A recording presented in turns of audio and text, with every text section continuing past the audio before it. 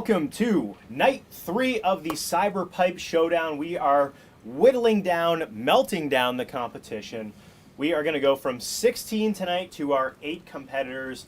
A big shout out to our sponsors, Glass Torch Technologies Moodmats, making this possible. We've got some other folks that we want to shout out, but Raj, welcome back. I'm your host, Eli Harrington. We have got the parole officer of the pipe scene here. I am here with our expert, Raj in Tech. Raj, you are the technology expert. We're going to get into breakdowns today and really go through some of these pieces in detail. We're going to go deep today. We're going to talk about technology. We're going to talk about technique. We're going to talk about the artistry, the craft. So, especially fun episode for all of us. Mm-hmm. Big shout out to all of our 16 competitors. 8 left, as you can see, at the burngallery.com. That's where the voting goes down. If you're not registered to vote yet, make sure you sign up there. We're live on YouTube. We're live on Facebook until the wheels fall off and they shut us down for whatever we might say or do here. This is live. So a big shout out to everybody out there in the comments, in the chat. Share, like, subscribe, invite your friends. We're having a blast doing this, breaking this down. Raj, we've had a crazy week so far. We've had glass drops happening online. We've had Instagram live videos. We had North Jersey Diamond Wheel presenting a Captain Crunk interview, Krunkelstein, done by our friend Dabs Dizu. That was awesome. You can actually find that on the Pipe Classic Instagram page. So make sure you're checking those out because we're doing a ton of stuff all week. It's not just what you see here in the studio. It's really about what people are doing out there. So, Raj, we're up here in our space station orbiting approximately somewhere between 419 and 421 miles above Earth in our heady rig out here in space. Let's talk a little bit about the voting. We've been watching it unfold. Thousands of votes coming in. What are you seeing, especially compared to last year? Because we're still in uncharted territory. This is not the Pipe Classic. This is the Cyber Pipe Showdown. Pipe Classic will be back. We can't wait. But what have you noticed so far, just in general, from this format, from the voting, what you're seeing from the fans, what you're hearing online, and kind of what we're seeing in the bracket? Well, what I noticed this time was we either have landslide victories or very, very close contested matches, and not a lot in between. Exactly. So, we feel like we've got artists, they're out there, they're getting their collectors fired up. People are voting early, they're voting late. And we've kind of seen this. It's been cool because you see the psychology. A lot of votes come in early, a lot of votes come in late. And we're tallying this up going right until the end. So a big shout out to Candle Planners, keeping the tech working behind the scene. Our awesome producers here, Steven and Tyler, making it all happen and look smooth. Speaking of that, we should get into our bracket breakdown, which tonight is brought to us by Mountain Glass Arts. So let's check out our bracket breakdown tonight, presented by Mountain Glass Arts. Raj, I know you know these guys, but let's let them tell us a little bit more about what they are doing.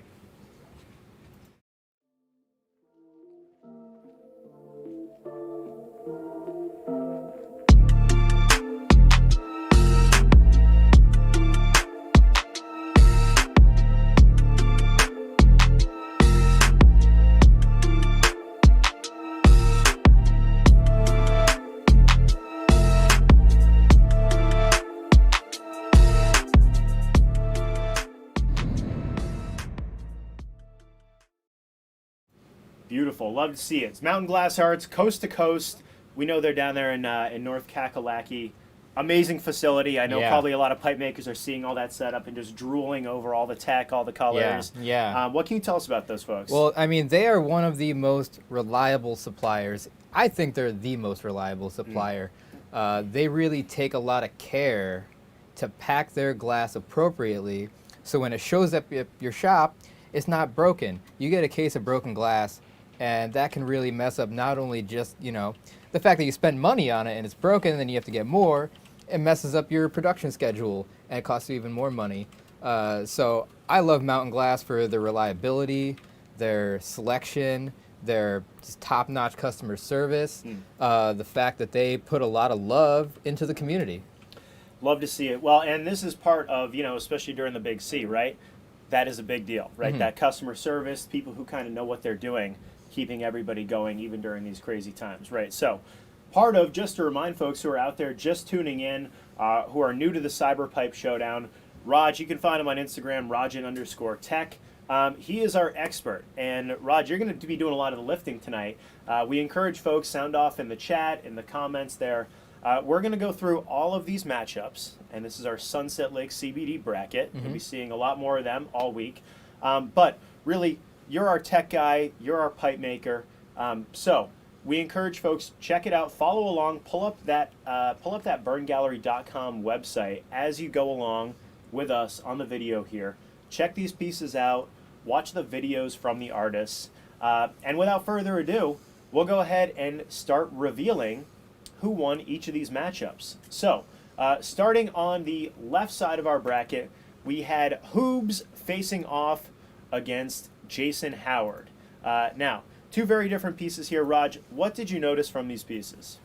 Well, Hoobs went all out here. I think he said that piece was about 20 pounds, and he was in, I think the last time he was in Pipe Classic was at least 6 years ago. And at that point, he was a very competent glassblower. In that time, he has ascended to such a level that he is almost in a league of his own. He's like redefined what collaboration and construction means within the community.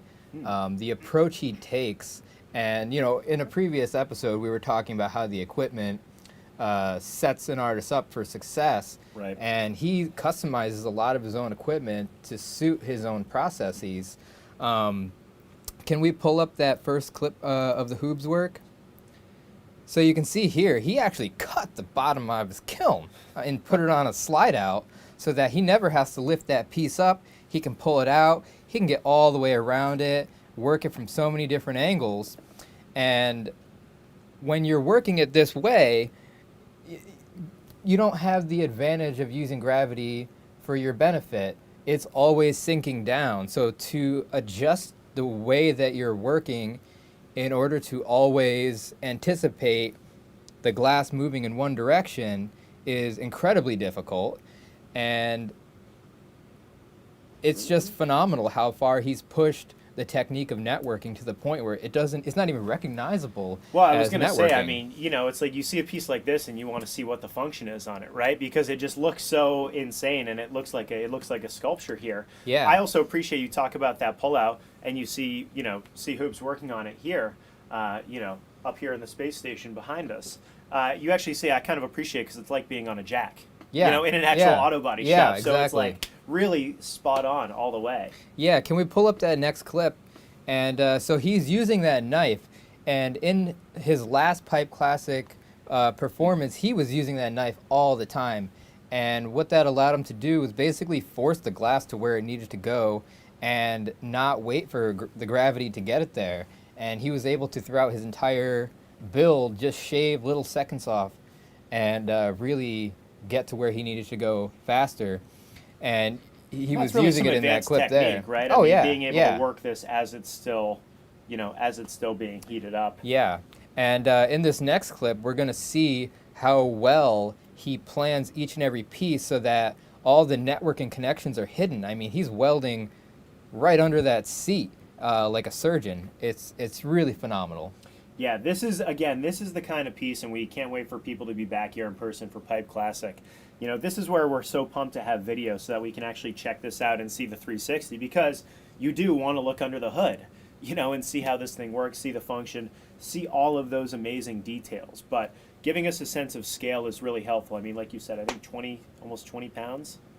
Yeah, You said when this thing was all done? And if you were to hold that by hand, your shoulders would be killing you by the end. So this is one of the few ways to really get that big. Very fresh, very fresh. And then we had the Jason Howard piece. Yeah, and so Jason Howard, he took an approach that I haven't seen too often. Let's pull up that clip. And you can see here, he mentioned that it was getting too heavy on the handle, and we talked about that a lot yesterday, how the weight of that can just drop the piece off. So he said, screw it, let's just take it right off the get-go. And he's not even just holding it with a glove. He actually let this piece cool down to room temperature, grabbed it right with his hands, and is taking off all his bridges cold. And that can be easy sometimes if you have a thin section like a network section or the tip of a horn, but he's doing it against broad-shaped leaves that are up against other broad-shaped leaves. So this was a very risky move by Jason Howard, and it paid off. I was going to say, again, this is really advanced technique, like you said.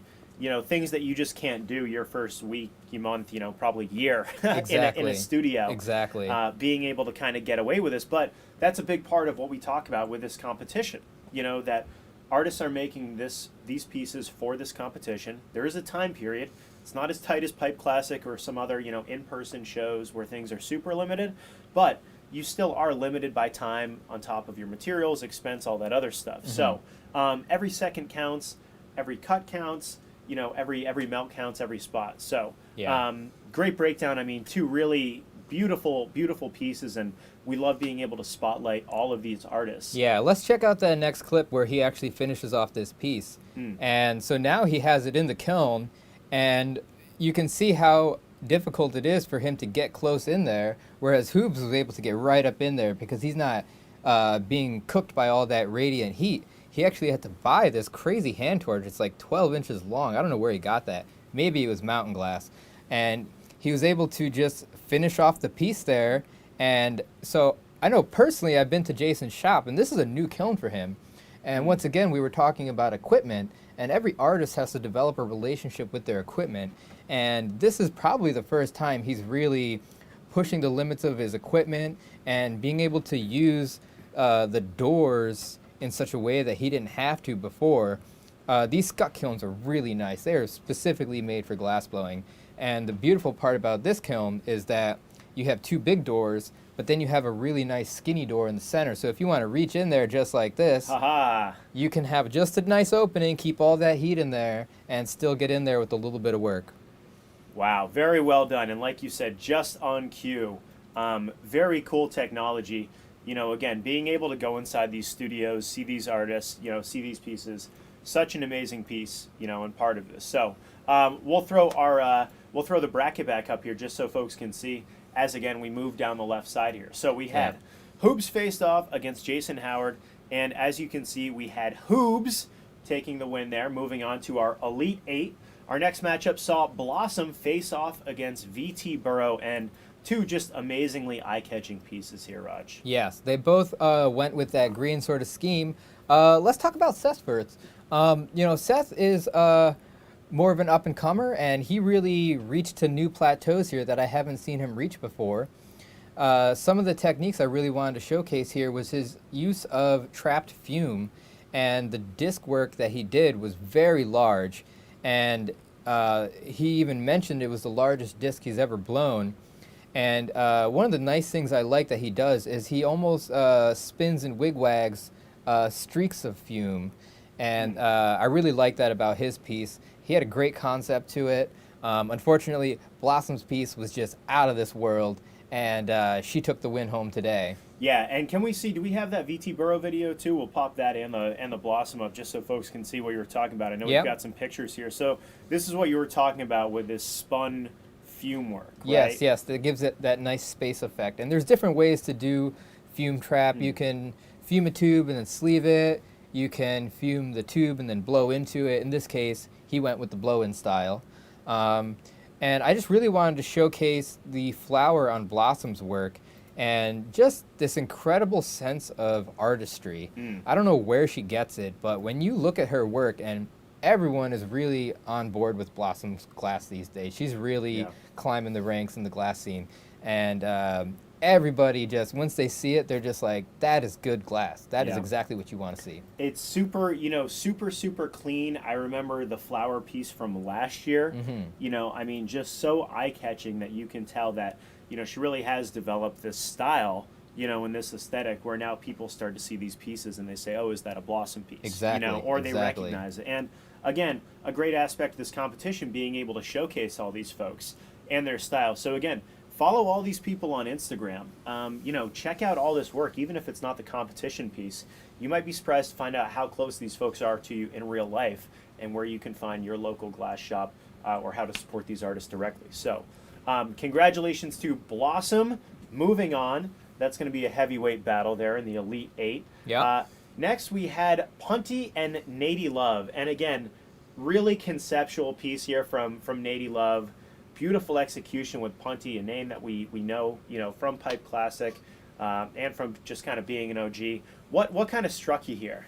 So the thing that really struck me about Punty's piece and his construction is how thin of a stringer he was using. Let's pull up that clip here. I mean, that thing is, it's like hair thin. And glass is very much like cellophane, and I mean, I'm sure we've all sealed a cellophane bag or two in our lives. It tends to condense back on itself. Yep. So being able to actually draw with a stringer that thin without it snapping or pulling back on itself is really difficult, and it allows him to get extremely good details. Something else that struck me about his piece is that the function of it was a little bit next level. Like, you use it and then you pull out the bubble wand and you blow into it. And he mentioned something about bubble dump technology. I'm not sure what that means, and if he was referring to the actual function of the piece or that bubble work. But in the world of our pipe making, it seems that the form advances much faster than function. When it comes to function, we get plateaus. Right. Every now and again, there's a new innovation, a tie nail. We go to male joints, then female joints, and then 14s, and 18s, and recyclers, and so on and so forth. And it's really hard to come up with a new way for things to actually function. So, props to Punty for coming up with this bubble dump thing. And let's take a look at Nady Love's piece. I just love imagining, Punty trolling us all here, that bubble dump. We're going to go on Urban Dictionary and find out it means something heinous, and that's what's going to get us kicked off of Facebook and YouTube. So whatever a bubble dump is, Punty, hope it's all right to be talking about on TV. Yeah. But love that. And again, we follow up with these artists, so we want to hear more about technique. We'll talk more about it throughout the week.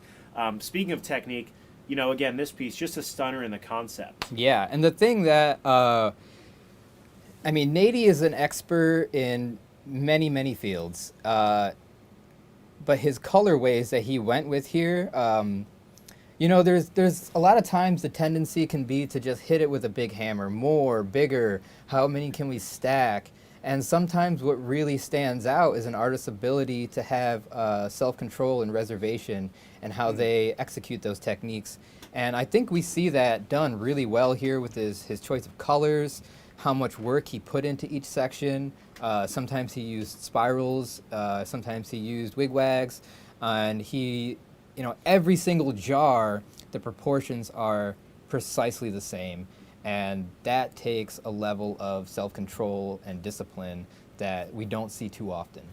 That's a really phenomenal point, especially when we're looking at these in person. Scale is a factor. Mm-hmm. You see that crunk iguana and you're like, holy cow, that's 3 feet tall, and so it does play a factor when we're looking at and judging these pieces, but more is not always better. And like you said, that balance, the execution, huge factor, and part of why, we saw Nady Love move on in this matchup. Mm-hmm.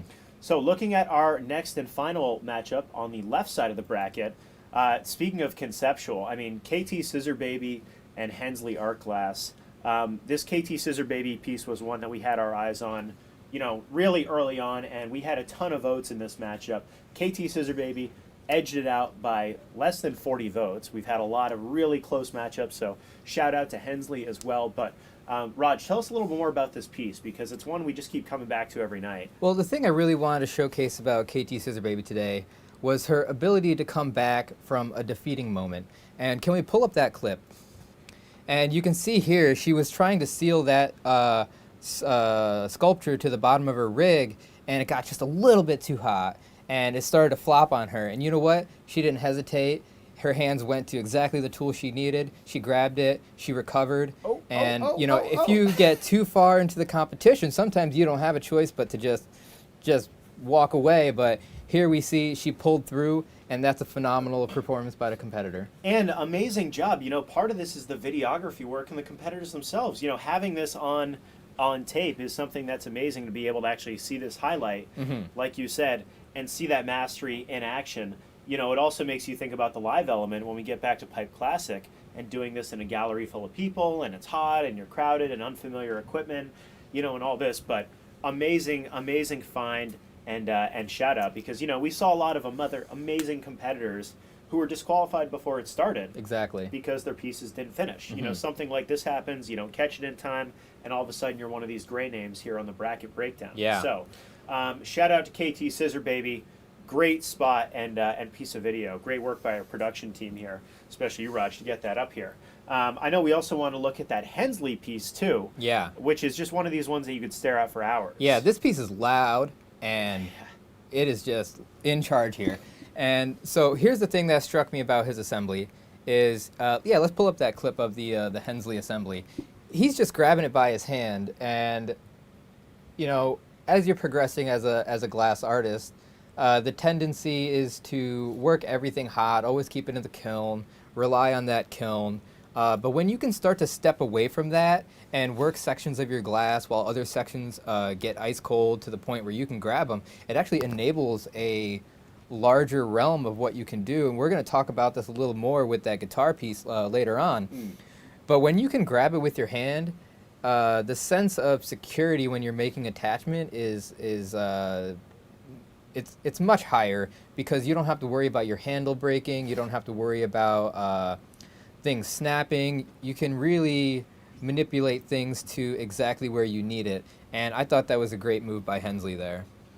Absolutely. So you folks who are seeing this online at theburngallery.com, you see we're about to move over to the right side. This is our Sunset Lake CBD bracket. We want to thank them again. And also Mountain Glass Arts tonight. We saw that commercial. Maybe we just pop that hype video in one more time. It was so well done. We'll show that again before the end of the night. Before we do that, also just wanted to give another big shout out to Glass Torch Technologies and Moodmats, our presenting sponsor, making all of this possible, putting the fuel in this spaceship to get us up here 420 miles above the Earth's surface to bring you this broadcast. We got a ton of great sponsors who also made this possible. Vermont Cannabis Solutions, Glass Vegas, Glass Alchemy, Flow Magazine, Torch Talk. We see you out there in the YouTube. Thank you for tuning in and following along. Iaso Goods, we've got the Min's Pipe Show, and also Green State Gardener, Fat Guy Edibles, Magic Man, some local homies here in the Vermont area. So, as we move on to the right side of our bracket, we are looking at Jaywalker and Subliminal. We got 4 more matchups to go through, and then we're going to be down to our Elite 8. Yes. And then we're going to be down, vote numbers are going to get higher, stakes are going to get higher, audience numbers are going to get higher, competitors who are out of the competition are probably going to be dabbing, getting higher as well. So let's look at this Jaywalker and Subliminal piece, because again, we talk about concepts, and this is one of those ones where I'm curious to see what was going to hit with the audience and hit with the voters, because a lot of this is democracy, what resonates with people. So yeah. Give me a breakdown for this Jaywalker piece, because it's... Well, I guess speaking of resonating, what really resonated with me with the Jaywalker piece was his color choice. I think he went real heavy with these Molten Aura colors, and they're great colors. They really took a lot of time in the development of those colors to get certain aspects that you really can't get elsewhere. And Jaywalker, he came heavy this year. And it's the thing that really struck me is that it was vastly different from his piece last year. I would have never expected this out of Jaywalker, and I absolutely love what he did. All these little aliens, they just have such a unique essence about them, and they're all doing something in this this beautiful scenery. He did such a good job with this. He didn't just make a mushroom or a piece. He made many pieces and many mushrooms and a whole little world that you can kind of get lost in. I just think conceptually, he just rocked it this year. I love that, like you said, creating that entire world you can get lost in, and from a practicality standpoint, having these sets is so neat. Especially for people who are collecting and for people who are fans and enthusiasts. It's one of these things where multiple people can get a piece of this collection. And all keep it, or you keep it all together. But it's one of these series that we've seen, and we've seen this in competitive pipe making. I think about that Mike Rahman series a couple years ago. That One whole of my study favorites. in black, just amazing. But seeing these sets and people going bigger and thinking about this more as like a whole environment, something we hope we see a lot more of, because you get really, really cool results. Now we had Subliminal took the win in this matchup. Close for a long time. Talk about this piece, because again, just visually stunning. So this is Subliminal's first year competing, and he brought the heat. I mean, this piece is just phenomenal. It plays into his strengths. Let's check out that clip of him working. I would have never expected this approach to mouthpiecing this rig. He's got like a double Bunsen going under there. He's basically taking off that top with a big hand torch, not just a little hand torch, but like a big burner. And just a very unique approach to mouthpiecing a large piece like that. It's fascinating. Now again, this is one of those ones where you wanna see the function. Yes. Right, and where you want to see the action on it and see exactly what you're doing, because it's like part of the art in all of these pieces. That's part of it. How you use it, how you hold it, what you look like when you're holding it.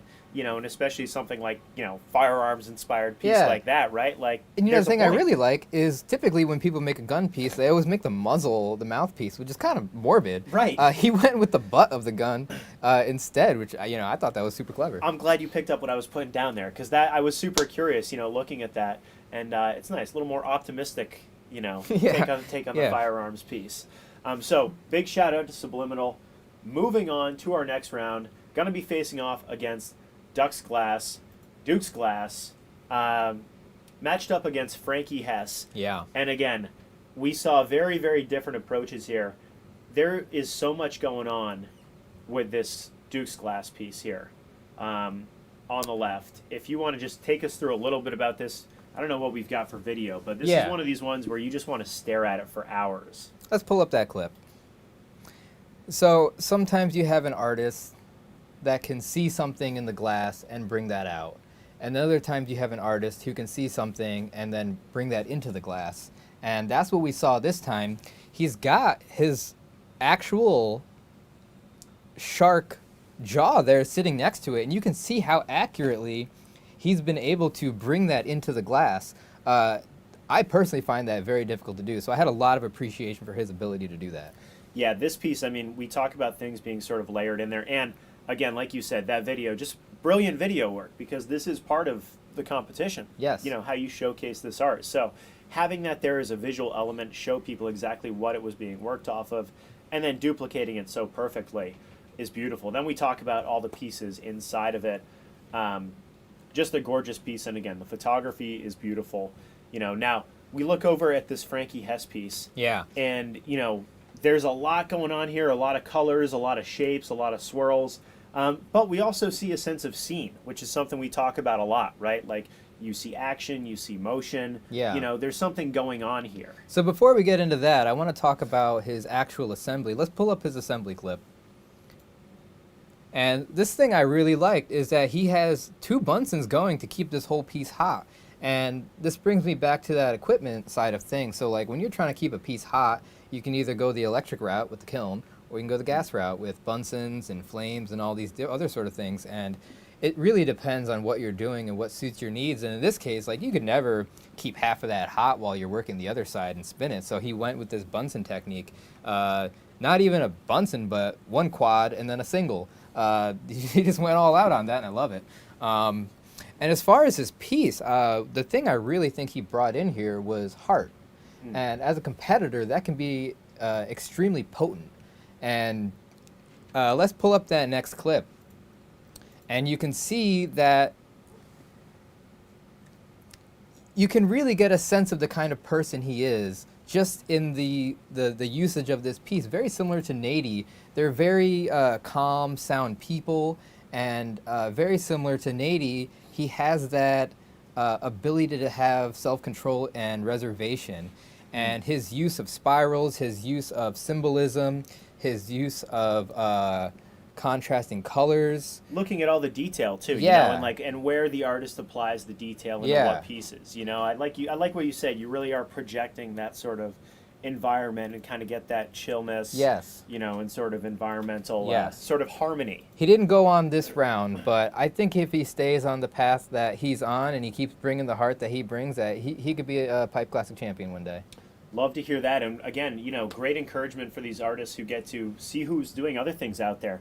I feel like we haven't seen as much UV this year as we did last year. Well, there was a ton in that past. McClam piece. Yeah. And the more I looked at that McClam piece, there was so many levels to it, and he did actually a very good job in the last couple days posting all the little details about it. So if you want to see all the really cool details about that McClan piece, including the UV, go give him a follow. Check out his posts. Love it. We'll have some more tech talk later on in the week as well, including that interview that you did with Glass Torch Technologies founders down there in Pennsylvania. We were watching earlier. It's nuts. You folks are really going to appreciate going behind the scenes. So love being able to bring the tech behind here. Speaking of which, Tammy Baller, I'd love to give you your full name and read it out here, but we're on the YouTube and Facebook, at least for a couple more nights. So tonight she is Tammy Baller, Tammy effing Baller in our hearts. And Joe Morrison. Again, just a wild matchup. This is something we were watching the entire time. Tammy is somebody who's super well known in the pipe scene. Has been up here, competed, very distinctive style. We talked about scenes and environments. The Einstein piece from a couple years ago. So much fun. I think about that.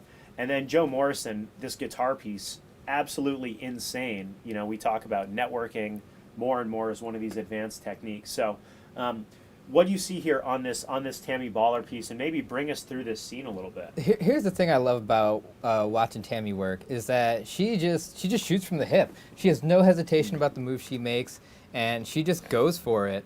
And once we're coming back again and again to this equipment thing, and let's pull up that clip of her working. She loves fiber blanket. Every time I watch her work, actually she came by our shop a couple weeks ago, and she brought her torch and fiber blanket. That was like the two main things. And she's constantly using this, and she just like grabs these pieces. She just does not care, and she will just get in there and make it happen. And just her lack of hesitation and complete envelopment in her craft is it's amazing. Yeah, well, and just being able to just, like you said, jump right in there, be a tactile person, Yes. have that confidence. Again, Yes. decades as a successful artist, and being so established in the scene, Yeah. really, really helps that. But like you Yeah. said, just when you get to watch these folks work and get a sense of their style and personality. Yeah, I mean, that some comes through. competitors, they play defense. They're just trying to not let their piece crack. Tammy's playing offense. Yeah, I like that. And again, I mean, this piece, you could look at this and stare at it for hours and hours. Now, we had Tammy moved on here by a count of 191 to 114. Congratulate her. She's going to be moving on, facing off against Bern in the next round. Yeah. This Joe Morrison piece, though, again, one of these artists who you start to see Joe's work around and you know that it's a Joe Morrison piece. Exactly. You see not only just the shape and style and the guitar, but the networking work on there. This is something that really stood out. And in Pipe Classic, we have judges' choices too. Yeah. So this is one of those pieces where I think gets a ton of attention, rightly so, extremely collectible, not moving on. But, Yeah. tell us about this piece because, it looks like it just keeps getting more and more detailed and intense. Yeah, and it's one of those things where the closer you look, the more that pops out at you. And his networking skills have definitely got a lot more cleaner since last year. And let's pull up that working vid of Morrison. And so here he really took advantage of being able to switch axis and work out a section of a piece and then make that his handle in order to get the size that he needed to without having to worry about, like we were talking about, your handle breaking off. Because now your handle is part of the piece. It's welded in all sorts of places. And he's able to then work out in the other direction. And that was super smart by him. And the other thing that really stood out, let's pull up that next picture. His use of milli, and I don't think anybody's ever going to. Wow. This is one of those details you have to see up close. Yeah, I don't think anybody's ever going to work milli in Pipe Classic to the same level that Crunk did. But to be able to use it so strategically as, they're not frets, I don't know what you call those little markers on a guitar, but super well done. Right, yeah. I mean, on the fretboard, that level of detail, getting into that. Thank you for pointing out that detail. And, shout out to Crunk. We saw him on the IG Live earlier. Yeah, this Joe Morrison piece, one thing that struck me about the clip you showed before, too, just the physicality. Just you can see the weight of that. You can see the size of it, the shape of it, and being able to maintain that focus, that technique and precision, hours on that torch, on that piece, holding it up. It is a tactile, hands-on, rugged pursuit as well as a delicate craft. Well said. So, That Joe Morrison piece, congratulations to Tammy. Moving on, she's going to be facing off against Duran Glass. Now, we seem like every round we get a couple of these super tight, matchups here where it's like 4 or 5 votes. We're watching here at the very end, so your votes very much count. We are watching these votes carefully right up until the last minute. Voting's open for the next round already, so we'll be coming back here at 6:30 tomorrow night. But Duran Glass just barely edged out Simple Glass, less than 20 pieces here. So let's look at this piece here. As we give a shout out, I know we got a ton of folks over here in the chat too. We've got Joey Love. I saw Joe Morrison himself was in there. Congratulations. Again, and thank you, Samantha, Jaywalker. Ton of artists in the chat here. Appreciate you all. Raj, what do you think about this Duran piece? Because I've seen a couple other pieces that look like they could, Hoobs looks like it could be towing this. Yeah. Oh, speaking of towing, the thing I loved about it is he made the tow for the boat. Right, yeah, putting the hitch on there. Yeah, exactly. Let's pull up his assembly video. So he did a really good job just documenting this whole process. Wow. You can see how it, it wasn't just here's a quick segment of me melting something. It's like, no, this is how it all kind of came together. And it really shows his love of his hobby, which is going out into the water. He had a great concept of exploring new waters in his actual boat and exploring new waters in his glass boat. I really, really love that. And as this video loops back, I mean, seeing the network, there's a frame, there's a skeleton underneath that boat too. Yeah. So I mean, this thing is actually built almost like a birch bark canoe. Yeah. Almost, right? A lot of the times when you see somebody working out on a platform like this, they put it on a piece of fiber blanket or one of those tempered pads. And here he just put it on a V-shaped piece of graphite. I don't know if he got that graphite carved specifically for this piece or not, but I kind of assumed that it was a heated piece of graphite and that he was taking it in and out of the kiln, but it looks like he just put it on there cold and was able to work it for minutes on end. That was super impressive. Yeah, amazing. And again, we talk about this technique and seeing these setups here. The attention to detail, just incredible. You talk about tow hitch, having the hub on the tire of the trailer. The outboard motor. I wouldn't be surprised if you could pull that thing and it started up. So I mean, shout out. You see why this was so hotly contested, and major props to Duran here. Moving on, that's a piece we're certainly keeping an eye on. Simple, absolutely no slouch. I mean, this piece I think stood out from a lot of the other ones as far as the style and sort of simplicity with complex. So tell us a little bit more about what makes this so unique. So he went with a chip stack technique, which is relatively new within the Burrow scene in terms of, being widely adopted by many, many blowers. And let's check out his working video. He did this really unique thing where, first of all, he has to pull this millie and cut them all to the same size, which is super time consuming, and it's meticulous work. But after he actually assembled and stacked and melted it all together, he was rolling it on a lap. I haven't seen that before, and that was a super clever move right there in order to get it all uniform, get his wall weights even, get all the crud off the surface from the wet work, and it was a great move. Well, and this is one of those things too where a lot of folks who are not pipe workers, glass blowers themselves, wonder how the heck you get these patterns, right? And how this is actually made, and being able to see, like you said, stacking the millies, making these different components, going together, and then they start getting pulled apart. That actually helps noobs like me, and people who are new to the scene and new collectors who appreciate it, actually understand just what it takes to make that crazy heady pattern. Both these artists did a fantastic job, not just making a working video, but making it a process video. Well, and a huge shout out to all of our artists, all of our competitors. I mean, the caliber this year has been amazing. We've got a lot of these artists who are in the chat on YouTube. Appreciate all of you. Big shout out, Joey One, Samantha, KT Scissor Baby, Torch Talk, Carrie, Jaywalker. All these folks are in here. We had Oak in there the other day as well.